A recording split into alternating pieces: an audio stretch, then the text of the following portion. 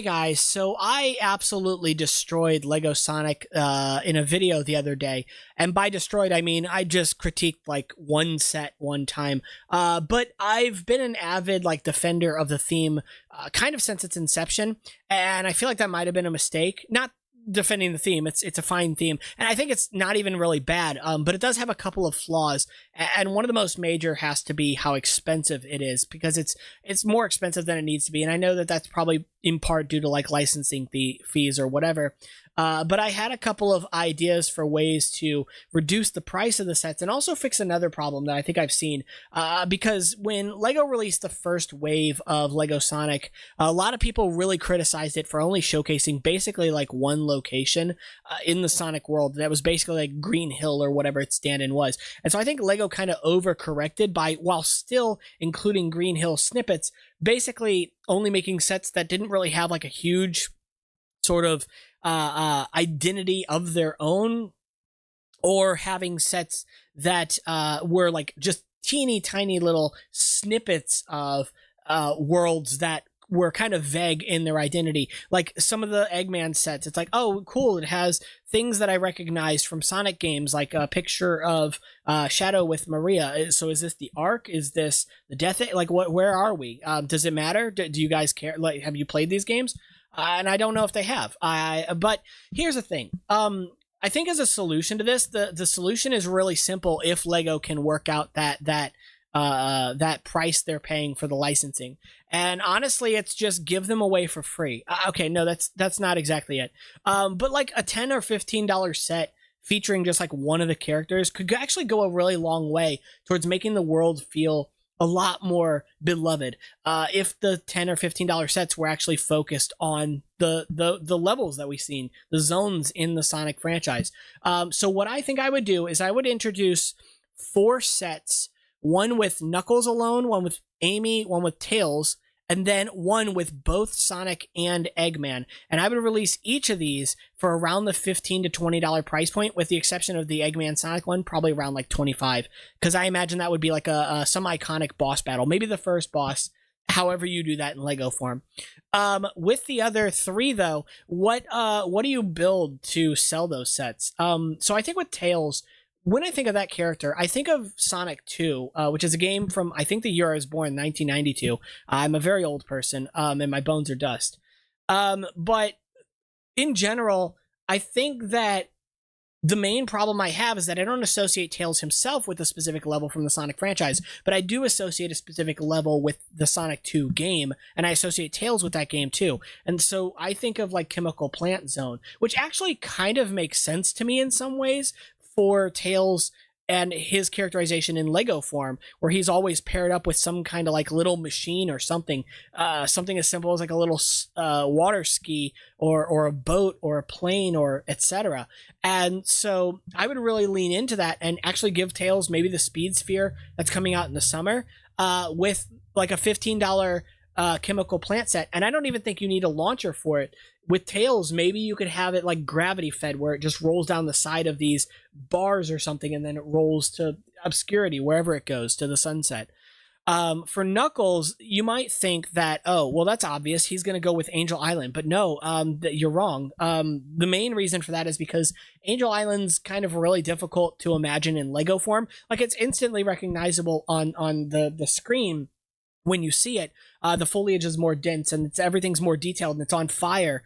But in Lego form, that translates to it basically being a few more plant pieces, the leaves being a little more realistic looking, lighting it on fire. And that's not good enough for me. So instead, what I think would be really cool is Mushroom Hill Zone, the superior zone, from Sonic 3 and Knuckles, or just Sonic and Knuckles if you're into that. My main like for this idea is that Sonic, the Mushroom Hill Zone, that's the level's name, is a really gorgeous level. Honestly, it's super nostalgic. In some ways, it doesn't even feel like it fits into the Sonic game in the same way, other than like the land still kind of having the checkerboard pattern, I guess. But you get like so many different level colors to choose from, and you get mushrooms instead of trees, which we haven't really seen yet.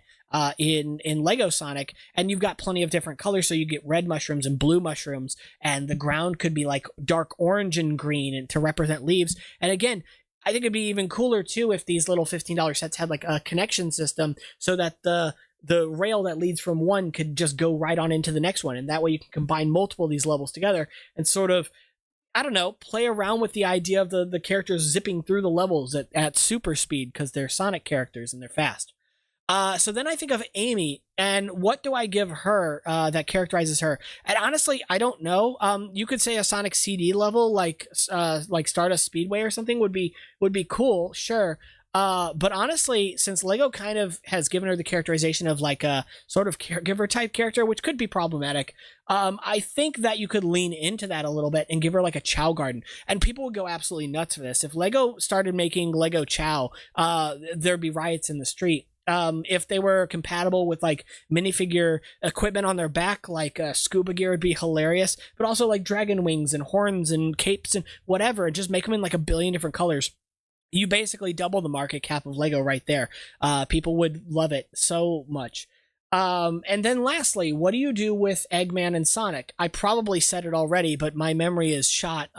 So I don't know if I said it, but I think just an iconic boss battle of some kind as my neighbor drives the really loud car outside.